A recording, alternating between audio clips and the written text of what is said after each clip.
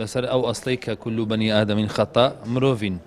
هەڵەمان کردیە احتمالە مافی کەسێکمان خواردوی احتمالە بەو شێوازە نەمانتانیبی خزمەتمان کرد بۆیە ئازادیانم کرد کە جارێککە ئەگەر متمانیان هەیە ببەخشن و ئەگەر نیتیان ئێستا دەستخۆشیان لێ دەکەم بەرنامەکان ئەگەر چمان هەیە بیکەین لەبەرەوە ئێمە ڕەبتی بەڕێوەبەرایەتی گشتی وەرزش و لێژە ئۆلۆمپینە کە یەکیان دارایی تەرخان دەکات یەکیان پەیوەستە بە یەکێتی وەرزشەکان و کردنەوەی پاڵەوانێتەکان تا ئەوان نەجوولێن 3 ساڵە هیچ پاڵەوانێتێک ئەنجام نەدرایە 1-2 پاڵەوانەتی